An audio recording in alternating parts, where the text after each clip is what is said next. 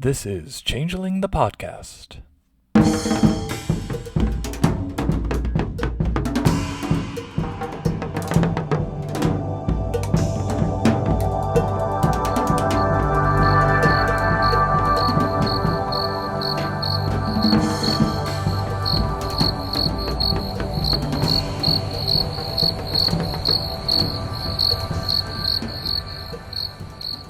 Welcome to Changeling the podcast, all for one and one for all, though some terms and conditions may apply. I am your host, Puka, and I am joined by Fetch. Bonjour, Fetch. All for one and one for all. Well done. So yes, this is a thematic link to what we are covering today, which is the Dark Eras module, chapter? I don't know what we want to call it. Chapter. Let's go with chapter. All right. So Lily, Sabre, and Thorn, going back to 17th century France for this one, hence all of the sort of musketeer talk. And we've already kind of talked about Dark Eras and what they're all about. So this one specifically, this is the first Changeling the Lost only module or chapter that we're covering. Again, we're going through these in chronological order. So we've covered Three Kingdoms in 3rd century China, Requiem for Regina in Elizabethan era England. Now it's the reign of Louis XIV, the Sun King, which is a fey name any way you slice it. Technically, this era covers from the mid-1600s to the early 1700s, but I'd say the last decade or so of the 1600s is really the period to focus on here. Do you have any particular, thoughts or feelings about this era? I know you also quoted the Three Musketeers in the opening, but aside from media items like that, thoughts? Thoughts. I'm curious about the era. Most of what I know about it does come from reading Alexander Dumas' works. Three Musketeers, The Count of Monte Cristo. I love those pieces. I know that this was a high time of courtly fashion. Was Mozart writing around this era? No, he was a little bit later, end of the 1700s, later half. I've been curious about the era, mostly the courtly intrigue aspect of it. I believe they borrowed pretty heavily from it or a subsequent era for a game that I've played in. I've just never done a deep dive onto the era, but I've been curious about it. The courtly intrigue, the high society, the swashbuckling. Most importantly, the swashbuckling. Of course, the swashbuckling. I'm very excited about that. Yeah, I actually wanted to read just at the beginning of this, we have a little section that says why swashbucklers, which I think sums up pretty well, like, why we're digging into this. It says, the swashbuckler is caught between two worlds. He is not a true member of the aristocracy, though he can charm his way into any fete. He's not a commoner, though he always has a rose for the grisette and a loaf of bread for the urchins of the Cour des Miracles. He loves his country, though it has left him crippled and penniless after the war's end. He loves his lady, though their love can never be. He loves his companions in arms, but they are as lost as he is. He is, in other words, not so different from the Changeling. So that swashbuckler fiction that we're looking at here is a deep inspiration. At the same time, because this is the world of darkness, the history section here acknowledges the hardships of the time. So there was basically constant warfare in Louis XIV's era. You had the rise of colonialism and the slave trade, the usual famines, plagues, and for the Fae in particular, the spreading Enlightenment and its impact on folklore and culture. So I've studied this in the context of doing a French major, and I have a general historical interest around it. I would say I'm probably more familiar with this era than the Three Kingdoms one, less than Elizabethan England.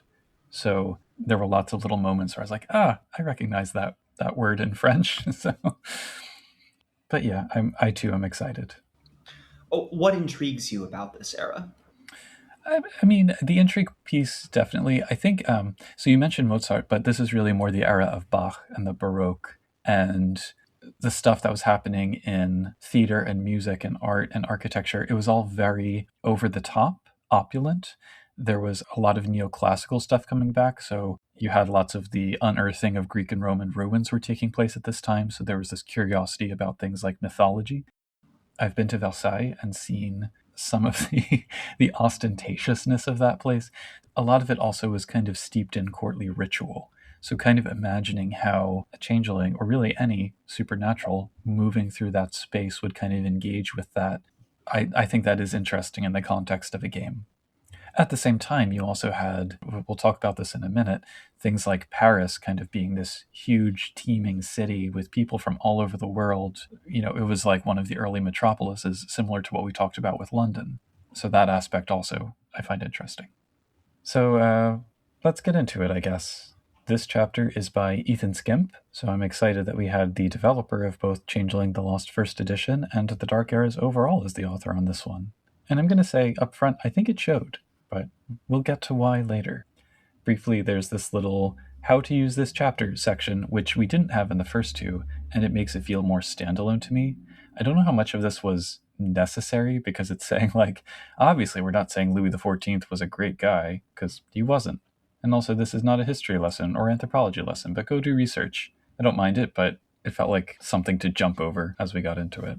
You and me might not need it, but I can see why other. Yeah, fair. Anyway, themes. Yes, I like this section. They make it easy, and it also has some of the best fiction snippets. It does. Yes. So yeah, the ones we get here are decadence and romance, honor and glory, vengeance and betrayal, and identity and redemption. And apart from the third one, for unclear reasons, each of the others comes with a little snippet of fiction, and it really helps support the explanatory text which comes after. The module points, I keep saying the module, the chapter points out that all of these themes are central to swashbuckling fiction, and it also articulates how the lost of this era experience them. So many changelings choose to hide or must hide their romantic feelings. A changeling's word is life, is a direct quote from this. Abduction to Arcadia is obviously a great injustice that they can feel vengeful about, made manifest by things like the fetch, while at the same time, identity is as bittersweet a topic for an individual lost as it is for the swashbuckler in the abstract who, to use the author's words, feels the world has left them behind. And all of that is colored by this mood of Baroque heroism, where everything is steeped in passion and intrigue, so those romances and betrayals and moments of glory are all turned up to 11. I want to read the last paragraph under identity and redemption because it's one of my favorites in the book and it sets the tone nicely. Go for it. While this may be tragic, the ruthless nature of the lost often leads them to lives of great adventure. They are free to roam as they please. They might live as simple conmen, roaming from village to village, or they might become artists and artisans who create works of otherworldly beauty. They might reinvent themselves as mysterious nobles from a country you've never heard of, and spend their evenings whining, dining, and petting the elites of Versailles. They might become the saviors of the common people who right wrongs and defend the people from depravity of the others and their fellow man. They might be heroes. Just for one day.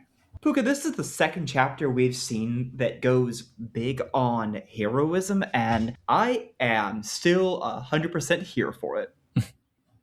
There's also a line in the mood section that it's related to how circumstances are shifting from the Enlightenment, but the quote is, "The trick is to bend the rules to your favor, or to be too clever or too charming to be caught." So coupled with what you just read, and the rest of it too, it speaks to what kind of a hero a lost can be. Not just their actions, but their self-conception in relation to those, and like their approach to their heroism. I do not know much about swashbucklers outside of the imagery from fiction. What kind of grounding is there for the idea of a swashbuckler historically? Oh, I mean, not much. I mean, I think they're the pulp heroes of the era. They're larger than life. There are some elements that are based in reality, like the Three Musketeers, for example. Musketeers were certainly a thing. How many of them had complicated and tormented histories and stood up to authority, etc., I can't say. But It's like the hard-boiled detective from noir. yeah, exactly. Maybe there really was somebody who was like that, but that wasn't representative of the detectives of the actual era. Yeah, which to an extent is like that's why we gravitate towards these things in role-playing games. Like generally you don't want to role-play Joe Schmuck. You want to play that amplified archetype kind of character. Fascinating that the changelings adopt this identity that is a fictional narrative for the time that is very in keeping with what the lost do in order to survive, ground their clarity, and draw power. Yeah. So yeah, all of this was just beautiful. It's a beautifully thorough treatment that really brought the setting to life for me through the lens of the character. Tell me how we pronounce the last word in the next header. Siècle? Thank you. Yeah, it means century. So yeah, next up is the historical overview. The book emphasizes that this is the period of absolute monarchy. Famously, Louis XIV said "L'état c'est moi," which means "I am the state," uttered in the context of France being the most powerful nation in Europe at the time. So embodying that authority of the nation state. And there's a lot about that concept that we could get into, which the author occasionally alludes to, like at the start of the chapter. Brief historical aside, 1648, the end of the 30 Years' War, was the Peace of Westphalia, and that's when the concept of the modern nation state in Europe was really established. So that's kind of in the mix here. But anyway, the central piece here is really the contrast between Versailles, where Louis moved his court in 1682, and where he built a political system that was equally a hyper-ritualized cult of personality and also this like pinnacle of culture, and Paris, which was everything else at once. And I would say swashbuckler fiction kind of moves easily between those two spaces. Although I think there's fairly few references to the Lost actually being at Versailles in here. They model their freehold structure on the Sun Kings to an extent. We see one example of that later, and we get the note that this is the era when the seasonal courts really come into their own. But they're not there on a regular basis. I got an idea from this. You're right about the seasonal courts. The idea, which they go into in better detail later, is that the idea of freeholds and seasonal courts has been around for far longer than this era. However, the seasonal courts were not nearly as popular as they started to become during this era, and freeholds were less occupied and accessible. The move towards urbanization has changed everything. Mm-hmm. I love the idea that we have a conflict here, not just between the four seasonal courts, but between the numerous court structures. Imagine, Puka, several different courts structures going to war with each other. The seasons versus the directions, for example. Yeah, on the basis of that ideology, perhaps. To call back to your urbanization mention, the other major piece of this part of the chapter is talking about Paris. And at the time, Paris was already a very cosmopolitan place with lots of ethnicities in the mix. There's a lot of linguistic and religious diversity, although Protestantism is actively suppressed. So having those conflicts of cultures and ways of life is equally a factor here. And you have the same kind of urban, rural, worldly, superstitious divide that we saw in Victorian Lost as well. With respect to changelings, there are a few callbacks and interesting notes in here related to the first edition. So the Guild of the Sacred Journey, I was like, oh, I forgot about them. I believe this is a change from their presentation in Lords of Summer, where they presented them as having always been Ferris only. The difference here is they're saying that they started off by taking whoever was the best messengers, and with the gradual move away from the need for their services, they're looking for a different niche to fill. I agree that there's a lot of references. This will not be the last of the orders from Lords of Summer to be mentioned. And I love it. I think it's great. Heck, we even get a reference to one of the other books here, right? The Larcenist comes from somewhere else? Yeah, that entirely unnecessary larcenist, Keth. Yeah. I also liked the note that one of the most skilled neuromancers of the age is a Ming Dynasty refugee with like hedgehog spines in Paris. So I like those notes in the mix. I think the balance... Oh, there's also this whole long sidebar story hook about an eclipse in 1654 as a backdrop to various mayhems. Use it or skip it. But I think for different readers, the balance of like fae concerns versus mortal world is kind of an individual thing. So did this work for you, this kind of amount of both? Balance between courtly life and Paris? No, well, that too, but like talking about things that are general mortal world stuff and then fae specific things in the mix. It's kind of woven through. Yes, I think that is the best way for them to approach the material. It means that I have the moral content fresh in my mind when I look at the face spin on it.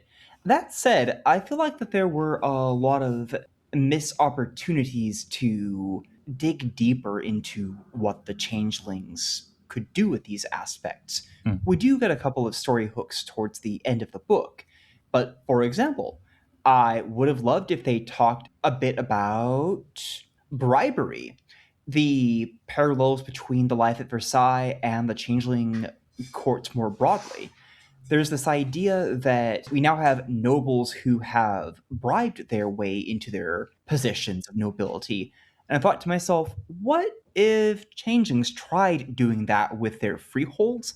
Whether or not that works for the weird, right? You could have changelings who have little to no mantle or any authority for the crown, who have worked with their allies to get themselves into a position of power, and they feel like they do not need to let it go, regardless of to whom the crown truly goes. And perhaps even the person who takes the crown decides that, well, I could lose this at any time. Maybe I'll put less stock in this and more stock to the people that I like. Naturally, this is a terrible idea that would end in disaster, but when has a good game ever come out of perfect situations? True enough. It read a little bit like Changeling the Dreaming to me, because you have kind of a noble commoner divide. You have the, I won't say growing shadow of the Enlightenment in the same way, because banality isn't a thing here, but that divide between like traditional superstition, fairy lore, etc., and then modern scientific whatever. The themes and moods all feel very like all of this. I feel like could port very easily into Changeling the Dreaming. That was one of my first thoughts, that this feels like a chapter that would have been written for Changing the Dreaming. Lost being a spiritual successor, it still shows up in Lost. It turns out that Lost is still perfectly good for this. Yeah. You remind me of one of my favorite passages from somewhere else in the book, where, do you mind if I get a bit ahead of myself? I think it fits. Go for it. Later on in the book, we have a section about the bridge burners. The bridge burners in this era have taken to the notion that scientific rationalism and orderliness will push away the keepers. That if people are not superstitious, that if the world is not chaotic, that if people embrace atheism, then the true Fae will have less power in this world. And it turns out that they are 100% wrong, absolutely wrong. That the true Fae do not care about your scientific Nope. skepticism or your diehard atheism. They will take you all the same if they want you. Yeah, I mean, there were lovely little, because this, you pointed to going into more detail about stuff, but this is very much in the school of writing where it's drop one tantalizing sentence and hope the reader runs with it. That section, we got a few tantalizing sentences, but in and of itself, you could do a whole entitlement out of that variety of bridge burner, you know? That sounds fantastic and horrible. Yes. Just smashing up laboratories. But it's just, I mean, getting into the historical arc of things, you later had like Luddism. As Star Trek 6 taught me, the word sabotage comes from the French workers who threw their wooden shoes called sabots into the machines to stop them from working. So you have kind of that push and pull between different elements of the old way of life and the new. And of course, then the French Revolution would eventually come up. So lots of little connections that you can make. And that's part of why reading these dark eras is so cool. But I digress. So next up, there's a section on other places in this era, each of which gets a few paragraphs divided between those same historical notes and fae-ish story hooks. The High Seas gives you an option to do pirate games, as this was the so-called golden era of piracy, while the Holy Roman Empire, over in the German-speaking area, is recovering from the 30 Years' War and has an independent, diverse population of lost. Fun fact, well, not fun, but the 30 Years' War was the bloodiest war on European soil before the 20th century. So, echoing Three Kingdoms, you could do some Geist crossover in this era. Oh. Across the Channel, Great Britain has a civil war in this era, alongside events like the Great Fire of London. No mention of the Glorious Revolution, but that was kind of a stark counterpoint to the absolute monarchy in Louis XIV's court. Spain's empire is declining despite being the largest in the world, built on the devastation caused by colonization of the New World and the atrocities therein. Stepping back a little, I think I also like this module's treatment of the darker parts of history. They're always present, but they inform the thematic goals rather than becoming them. So you can have your chronicle very easily engage directly with those atrocities if you want, but they don't have to be the capital P point of your game. So I don't know how you felt about that piece. I didn't get much out of this rest of the world section, but I appreciate that they included it for folks who want a greater historical narrative or are looking to expand the scope of their game. Yeah. So all of that was pretty distributed between human stuff and fae stuff. The next section is where we get into more purely fae stuff, beginning with looking at their daily lives. I like the note that hedge travel is more common because the mundane sort is more dangerous, with contracts that allow swift travel being highly valued. Unalloyed iron is commonly used, which presents issues. The performance art of the masque is popular among French Lost. Love how it's equated with a heavily scripted LARP. And then those bridge burners that you mentioned. And speaking of the gentry, all right, so a brief soapbox moment here. The gentry are more or less presented the same as nobles or human nobles who treat commoners as, quote, subhuman commodities. And the thing is, it points briefly to how Lost fight against the discourse of their society as much as they work to recover from their trauma. Great. But whenever there's a presentation of a historical discourse like that, I'm left searching for the bit that talks about how, in spite of their dehumanization, a given group of downtrodden people maintains their spirit, their culture, their traditions, or the specific ways that they challenge or outmaneuver those discourses. I don't know. I'm not sure what the goal is when I see something presented like that. I didn't follow. What part did you take exception to with the presentation of the Fae? So this is the gentry bit on page, 335 in the collected book, where it's like, imagine a world where some people, by simple dint of their family lineage, were reckoned as near gods and entitled to nearly anything they could ask for, and where the common folk are regularly regarded as resources for the nobility at best and subhuman commodities at worst. Like, they're talking about humans in this instance. And that's not to say whether it was racism, classism, whatever, weren't present concerns in this era, but it's just kind of presented as this dismal fact. And I kind of want to see, like, well, okay, but how are the people who are subjugated in this system still able to inspire themselves and make a difference? Like, that's the other side that I want to see here. Okay, so you're happy to see them bring up the horrible things that were done, but Well, you not want happy. you find it engaging to read about. Yeah, because it's a powerful route for a story, but the story that I want to see isn't spelled out here. I think you kind of are, the reader is left to make that connection themselves. That's all I'm saying. I see that. I see what you're saying. Anyway, then we get some seasonal courts. Yes, we cover the four courts as they are at the time, including their traditions, including some overlap for them. I like this section. It's worth noting that they have special sections for the southern freeholds.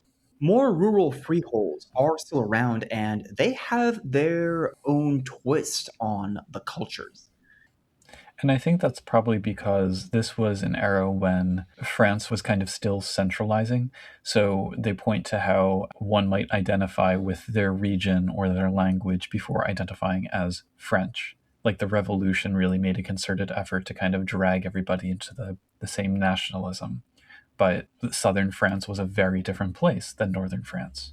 And similarly, Brittany, or Bretagne, which is mentioned later, that was a very different place. So you had these long-standing histories and traditions that were very entrenched. And yeah, it's nice that they pointed to that. There's talk in here about how important the seasons were in mortal lives historically, especially in a heavily agricultural country like this, and therefore also in fae lives. So the seasonal courts are gaining power at the expense of the diurnal courts of sun and moon. Each of the courts gets a write-up that points to the expression of their key emotion in this setting's context, which I really liked. I'm just going to run through them quickly, if that's cool. Please. So spring has ample opportunity to explore desire, from hidden passions to the opulence built on the desperation of the poor at places like Versailles. And here's where we get the note that they are actually, the spring court is embedded in the royal court, so that makes sense. Their rituals include divination, birth rituals that may use effigies or real children, and a masque called the Return of the Flower Child.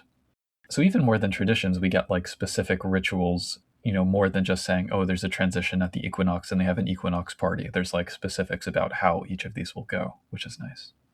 A quibble, I would have loved if, given this is the swashbuckler section of the book, if we had a mention of the spring duelists again. The author clearly remembers Lords of Summer. Surely they remember the awesomeness of the spring characters being the best at what they do, and spring duelists seems like it deserves at least a note. Truth.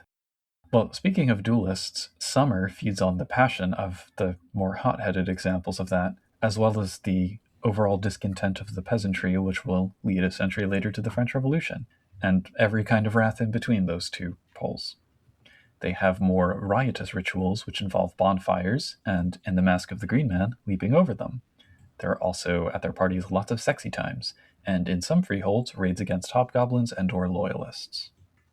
The Autumn Court plays on fears, as usual, but is especially tied to the dead, so here again, Geist crossover. And their headquarters in Paris are in the catacombs.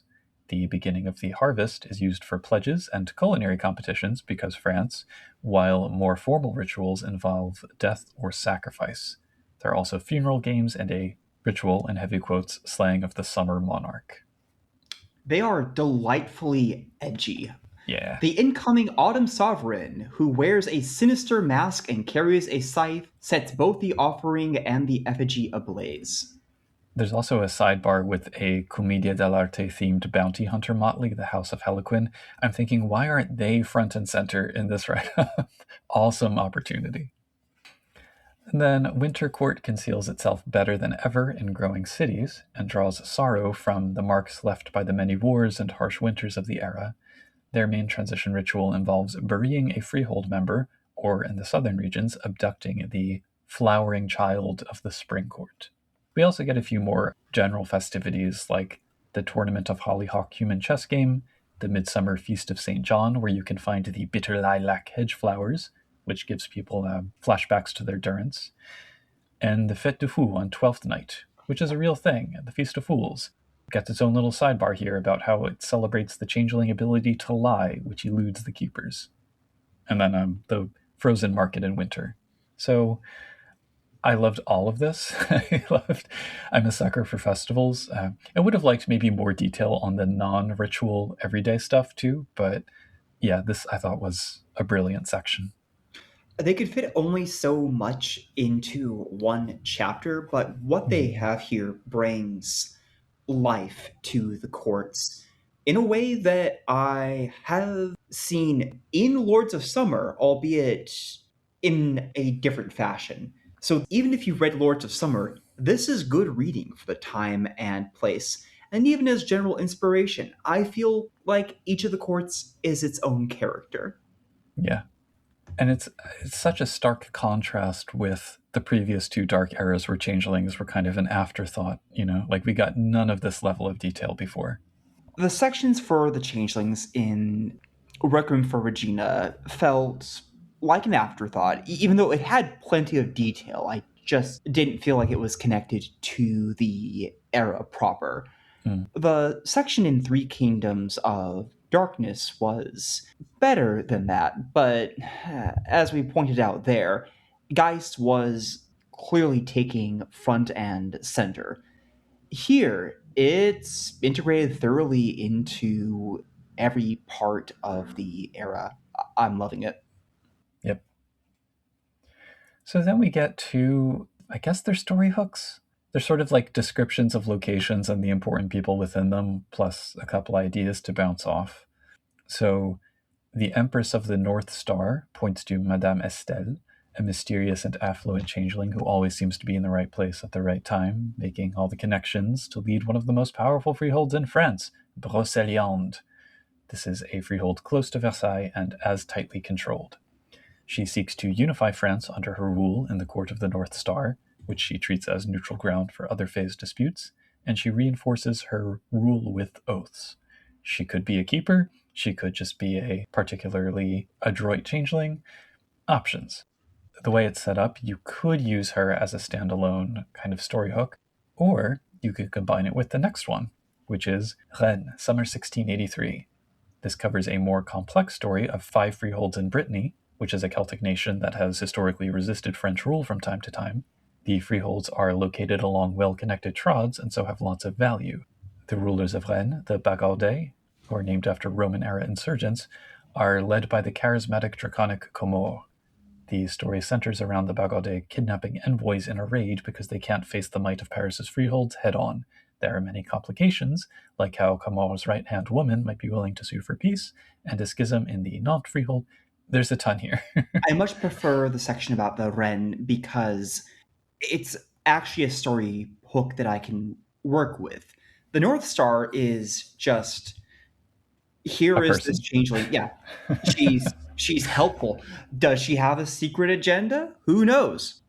Cool. So she'll provide money and solutions. She seems like a very pleasant person. I don't need all this information. Yeah. What I do need is this group of tyrants that are terrible to everyone around them, but utterly loyal to each other within their own in crowd.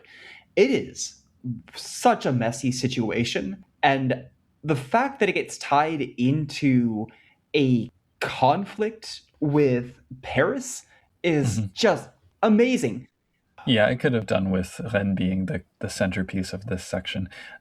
I mean, in relation to standalone characters, I did not need like a stat block that covered almost a full page for their leader, but yeah, this was really rich. And it was a wise move to include the piece about how to involve the players. Like, it's a fairly functional section overall, but it gives opportunities to explore the multiple angles of the setting, from courtly intrigue to scrappy outlaws to commoner suffering. I am okay with us getting stats for Comor because Comor, right? That's how it's pronounced. Yeah, I just didn't need an entire like page on it. It could have been a compressed stat block. Oh, okay. That I can buy. I do think that having a stat block for him is important because in a swashbuckling era, I expect at some point you are going to want to fight somebody who's called the Dragon of Brittany. There you go. So that's the story side. And then we get into the crunchier bits. So we get descriptions for every single skill and what they entail in this era, with the swap outs that we saw recommended in the introduction, swapping out drive for ride, computer for enigmas. And I'm guessing this alignment is because Ethan Skimp might have written both parts, but I don't know that for sure.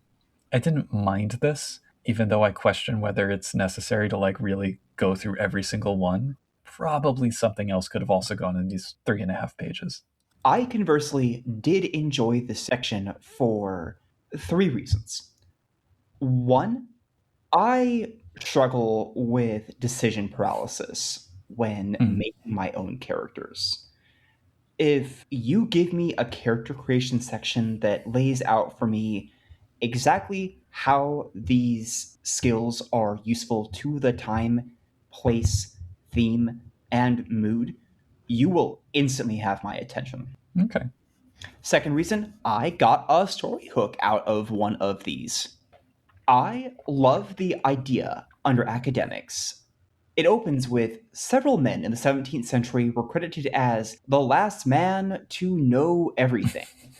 This term is not only meant to convey praise for those men, but also to demonstrate that the entire body of Western knowledge could be known by a single person at the time. I thought to myself, Puka, imagine having mortals in this era who hold pride in themselves as ostensibly knowing everything and being upheld by their peers as knowing everything. Then imagine an autumn courtier showing up and saying, I would love to put your knowledge to the test. And if I know something that you don't know, then you have to give me whatever I want.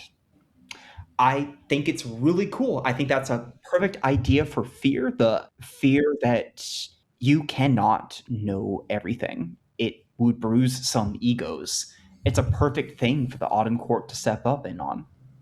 The third thing is a cultural note that I would not have guessed, and I would like your thoughts on because I feel like I'm missing a little context. Expression. In the early modern period, artistic and musical skills were much more common than in modern time. Skipping to the end, expression is a valuable tool for ingratiating yourself into any social circle. It can also be used in lieu of a cult for performing rituals in a courtly setting. Tell me about that. Well, I think that ties into, they point to the performance art form of the mask, which was an old fashioned but still known thing at the time. And because the rituals are structured around that, it's like to act in a stylized way is to perform the ritual. I think that's what it's pointing to. After that, we get a couple merits. I am so happy that they account for the fact that France has a whole bunch of different regional languages, because I can accurately claim that as one of my areas of academic specialty. So good on them for pointing out how that works. We get a expansion on language about how it works in this era. Plus, we get a new merit called literate. Very few people can read or write in this era. This merit means that you are literate in any language that you know. You, in fact, need to have literacy in order to pick up the academics or the science skill. It is mentioned earlier on in the section, the low but increasing literacy rate, and I wonder if it would have been helpful in these to kind of give a general, like even just a paragraph at the start that's like, by the way, modern era player, your character by default will not be able to read, will have bad teeth, will, etc., just to kind of establish those basic things that players may not think about otherwise. I would be cool with that. I am a little surprised that you want that because you've previously seemed resistant to the idea of broad generalizations, these introductory topics. Did I? Oh, well, all Well, right. when we talked about like what's contained in this chapter and they have the note about, hey, Louis was a dick. Oh no, well, I mean, I don't mean the broad historical strokes. I mean like the very specific everyday life things that your character would have to think about. Like, there's no flush toilets here. The smell is awful. Whatever else might be relevant. But I mean, I don't think it suffers for lack of that, though. After that, we get the contracts of blades. I've got some thoughts here, but do you want to tell us a bit about those? Well, my thoughts are on the one hand, no swashbuckler is worthy of the name without the contracts of blades. On the other hand, they're kind of niche. I guess they're useful if you're a duelist of whatever kind. I mean, briefly, in order, they allow you to draw a blade reflexively, which honestly I forgot that that counted as an action, strengthen a blade and increase its damage for the scene, call a blade to your hand from anywhere, change a blade into any other kind of blade, and get a hefty combat bonus for several turns. And these apply to all edged weapons from letter openers on up. I do really love the catches here because they focus on performativity and costume as befits a swashbuckling type, but I probably wouldn't spring for spending my dots on these unless I was like very specifically doing this kind of character. I did not much care for this section, but for a different reason. Hmm. I think all five of the contracts are fine mechanically. They're all useful. However, most of them are utilitarian. They do not feel to me like they follow the guidelines from Rites of Spring about theme of the contracts. They don't feel limited or fey or illusory or dreamlike or fated. Yeah. Three of them just feel like cool powers. Yeah, I sure would love to know that my sword does more damage, that I can't be disarmed, and that I can get extra dice on some rolls. Cool. I do like Song of Flashing Steel because it is very funny to me to imagine your sword flying through the air to come to you. And on an exceptional success, windows and manholes opening up to let it through. And swords into plowshares is fun. I can take a look at somebody holding a sword and literally just say, what are you going to do with those plowshares? And boom, they are now holding a gardening implement. Yeah. That is pretty cool. But that's also kind of it. I got a lot more excited with our next section, the tokens. These have two of my favorite tokens in the game. Yes, so we have the Honest Thief, a magpie-shaped brooch that can record and reproduce sound, as well as attract magpies. The Clair de Lune mask that lets you create an alter ego and an appearance to go with it, with the mask actually sticking to your face as you do so. And the Hobgoblin Truce, an enchanted flintlock pistol that fires commands rather than shot.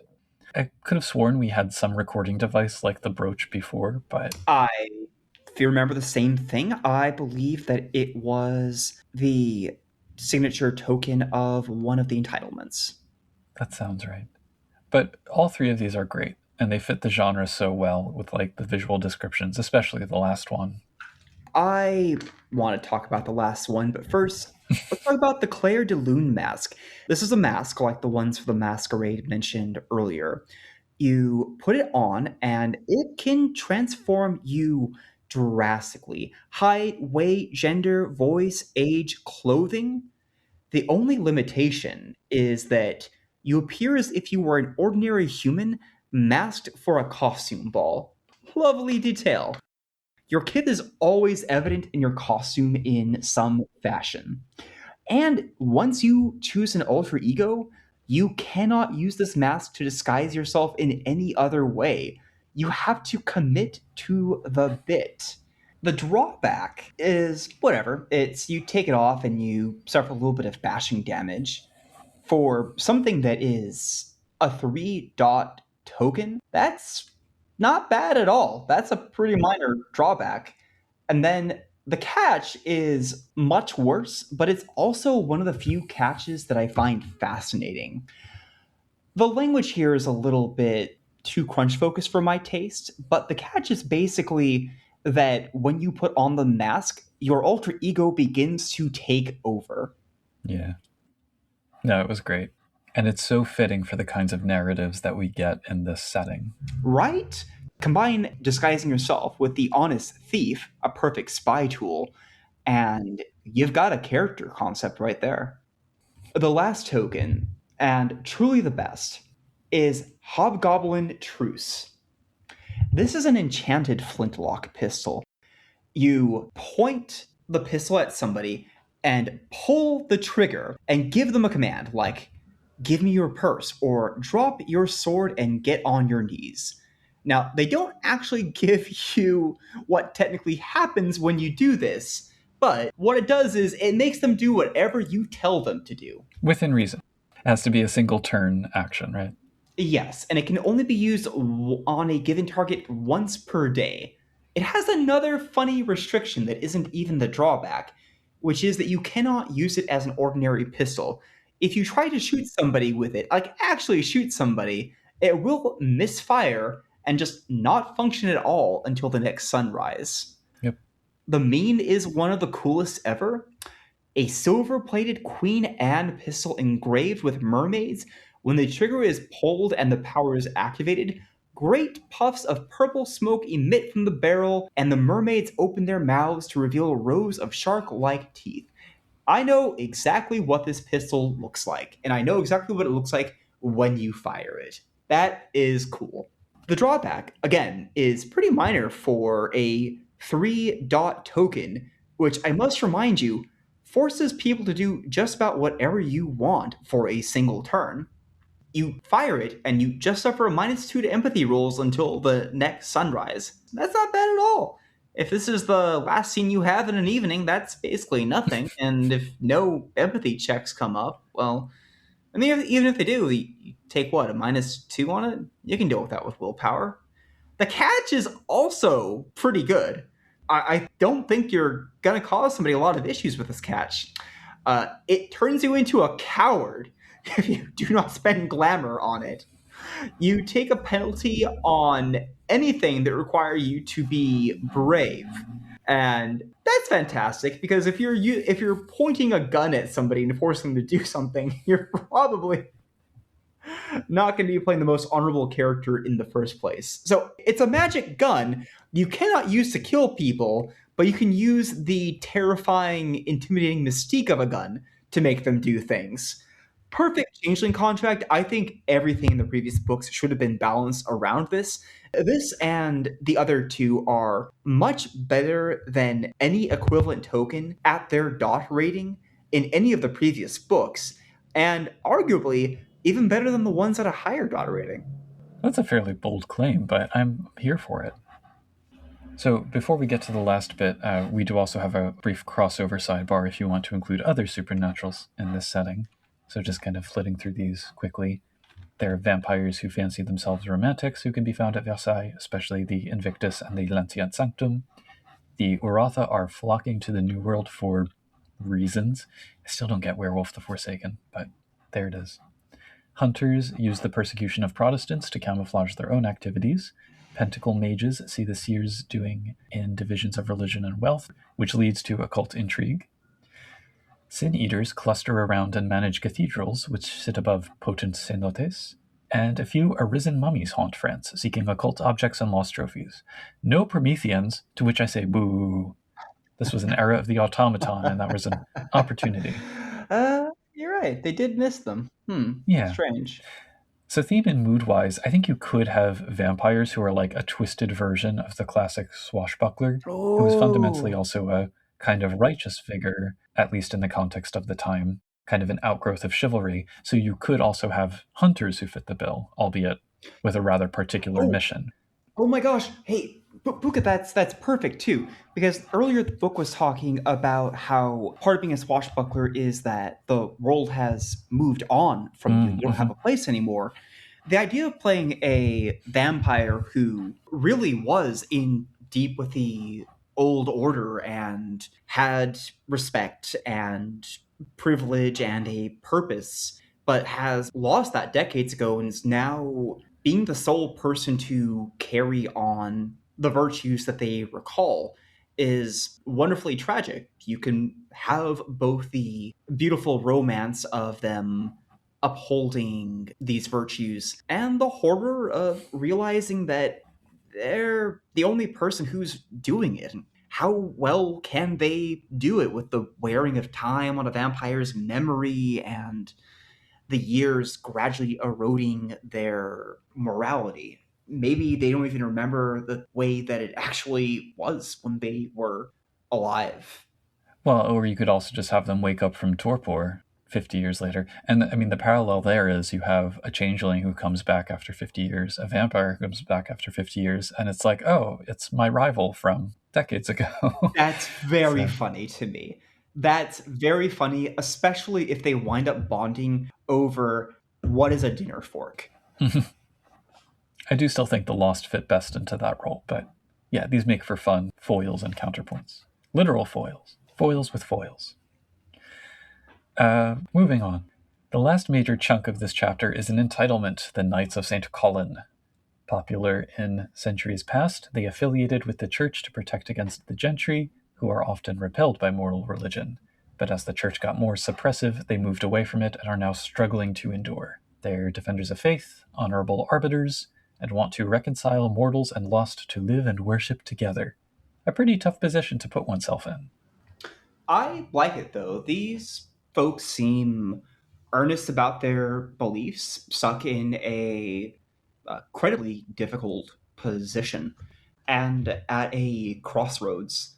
Arguably, they're gone by the modern day because they do not show up in any of the other books, but they don't have to be. They wouldn't be the first order to survive its supposed antiquation.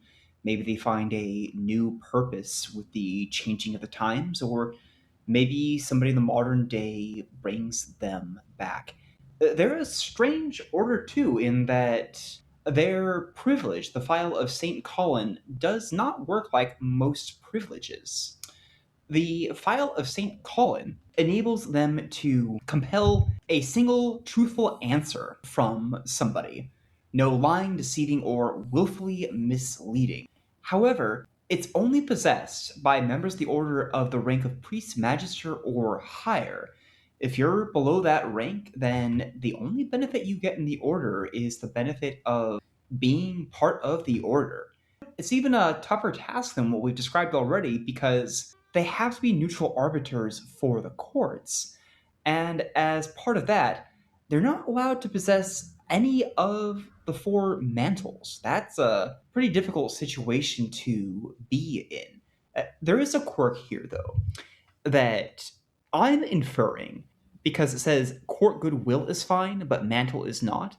Then what they mean to say is you can be on the good side of a court, but you cannot join the courts. However, I don't think mantle actually covers your status within the court itself. It just covers how well aligned you are with the season. There's at least one true fae out there that has dots of winter mantle. And even if that one was a mistake or an old draft, there's plenty of independent changelings that have dots of mantle. I do not think that they should have put mantle in here as a thing you cannot possess. I suppose it comes from, I mean, I don't know what the inspiration directly for this was. I kept thinking Jesuits, possibly also House Liam from Dreaming. But I suppose that notion of the church being as, in theory, separate organization is like what they are cleaving to. So that separation of church and state. So to tie it into Three Musketeers, I was going to say I'm not wild about this entitlement specifically in this context because it felt like it got away from the setting of the rest of the module, or that the module has been establishing.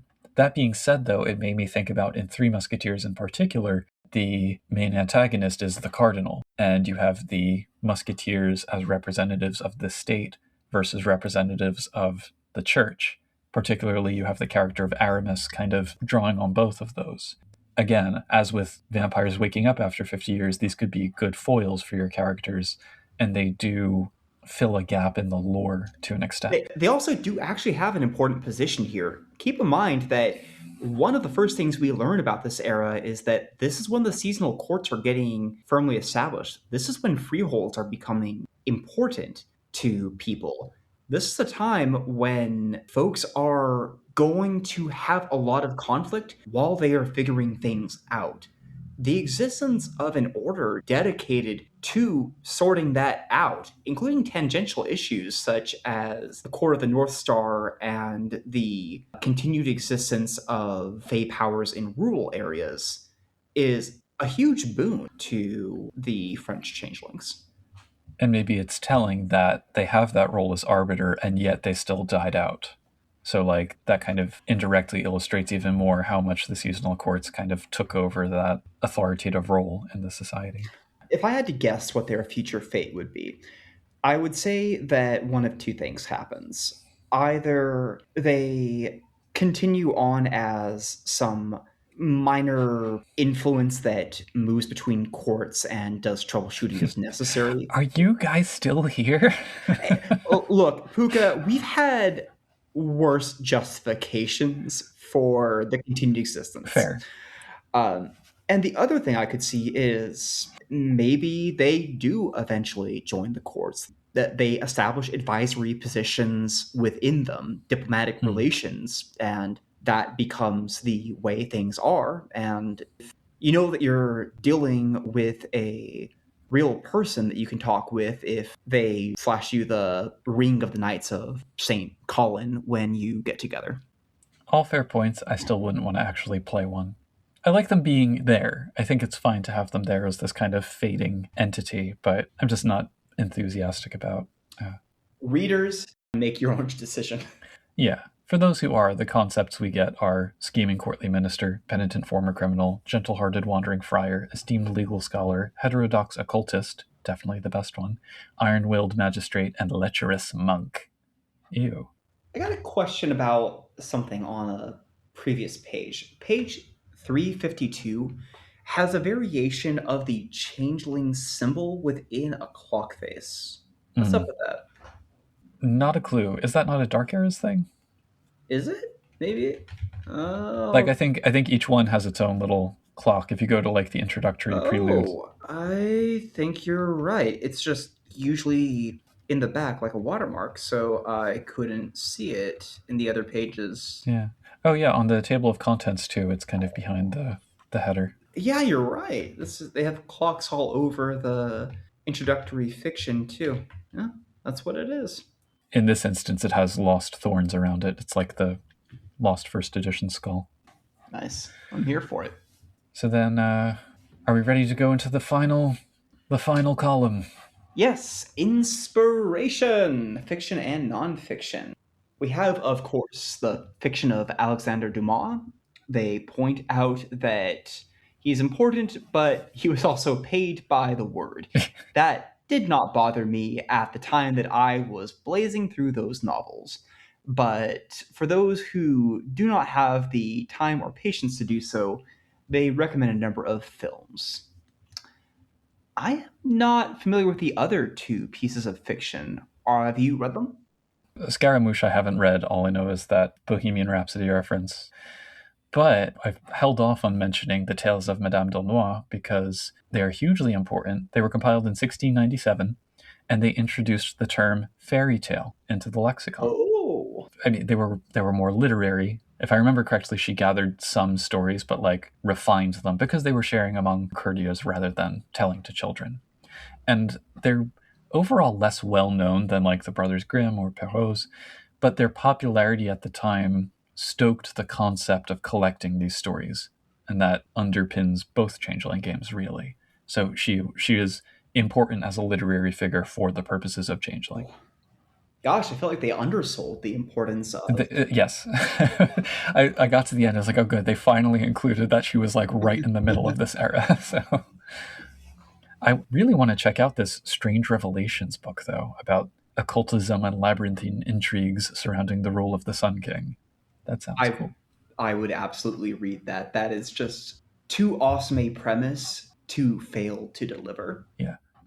I'll throw one more inspiration on the list for a more comic game, which is The Princess Bride. Aw, is that from this era? I Or think you could say it is, roughly, yeah. I know it's not from the era, but what do you think about Errol Flynn's Robin Hood?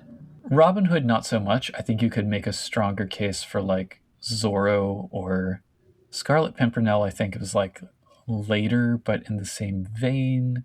I mean, you have pirate movies too. Like the thing with dark eras, right, is that you can kind of push the boundaries a little bit because it's not meant to be the exact history of our world.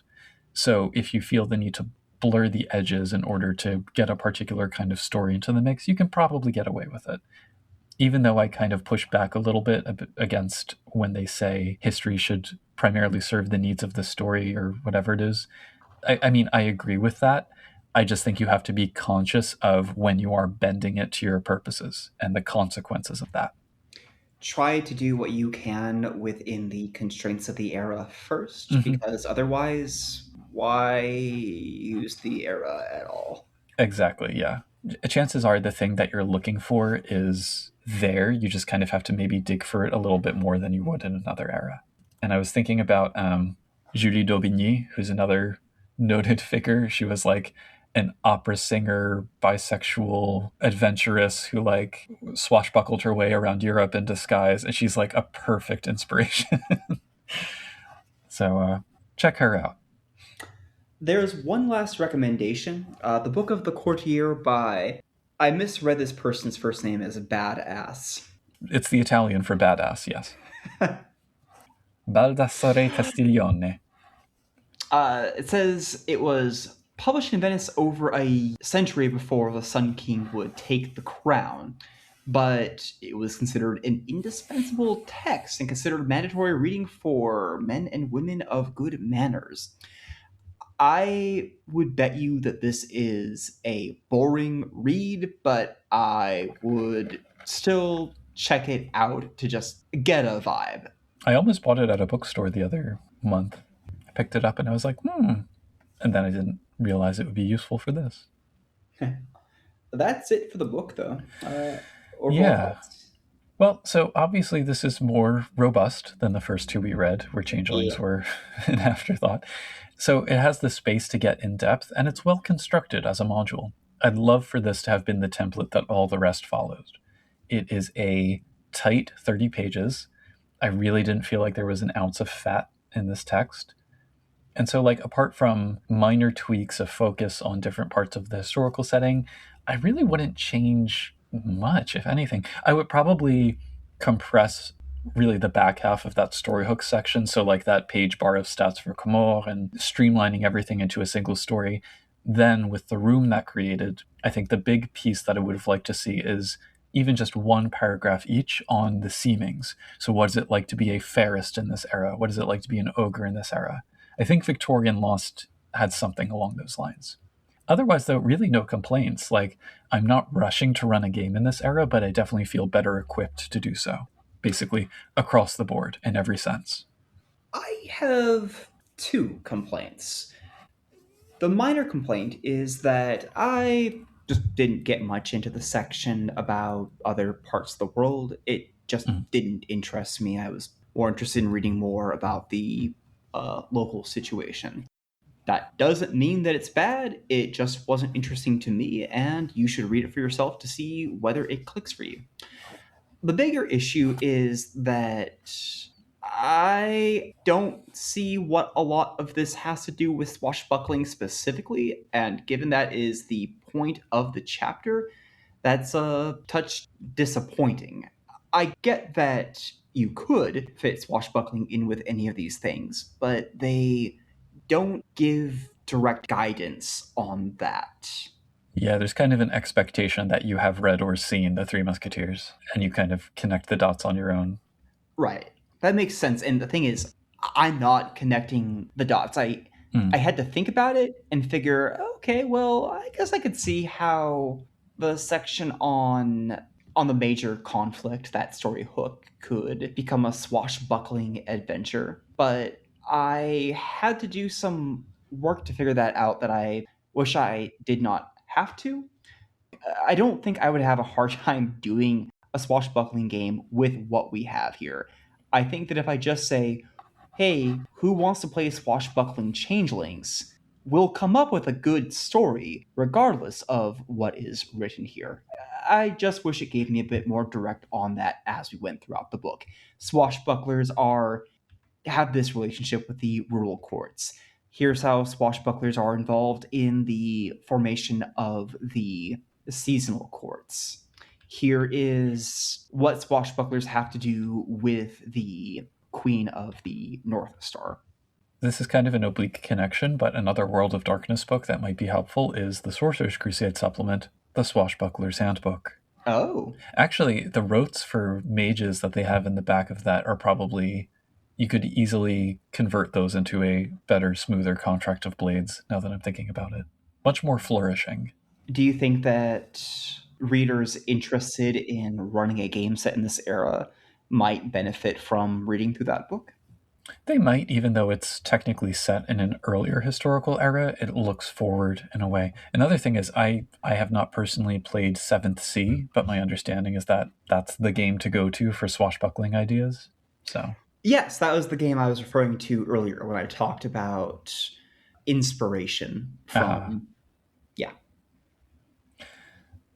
anything else we want to say before I jump into these other sort of things listeners might want to check out?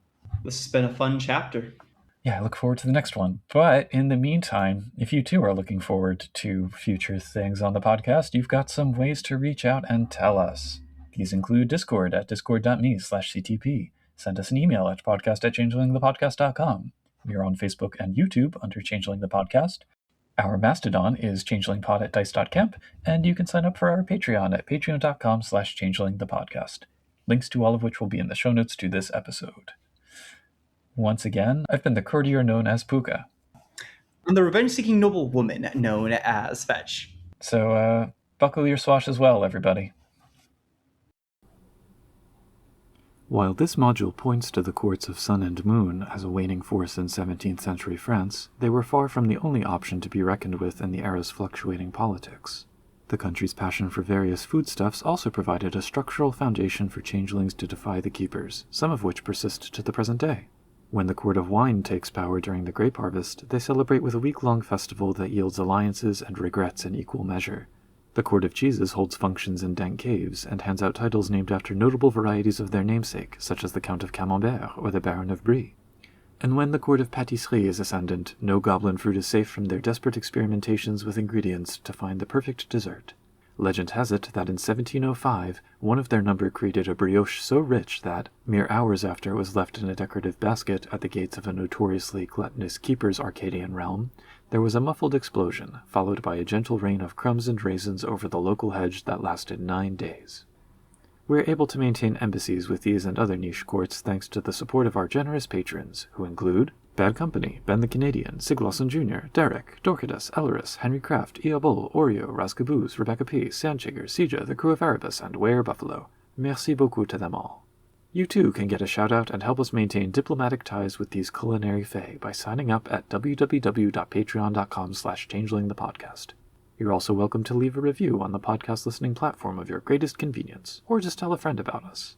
For now, remember that any banquet table is just another surface for a sword fight, so keep your rapier handy and your napkin clean as you carry on and keep on dreaming.